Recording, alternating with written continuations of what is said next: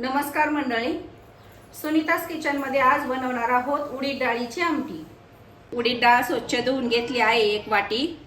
आता आमटीचं वाटण पाहूया।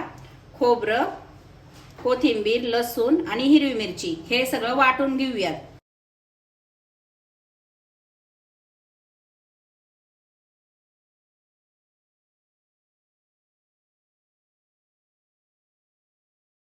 चवीनुसार मीठ घालून घेऊयात। वाटण छान बारीक होते, वाटण असं बारीक करून घ्या।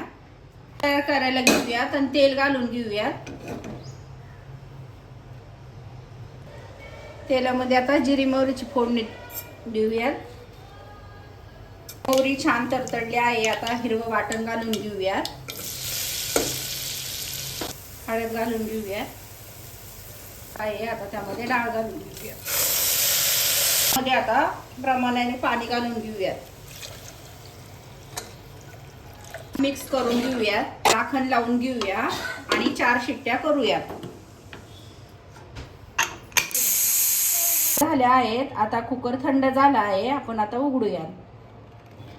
आमटी तयार आहे, सर्व करूयात।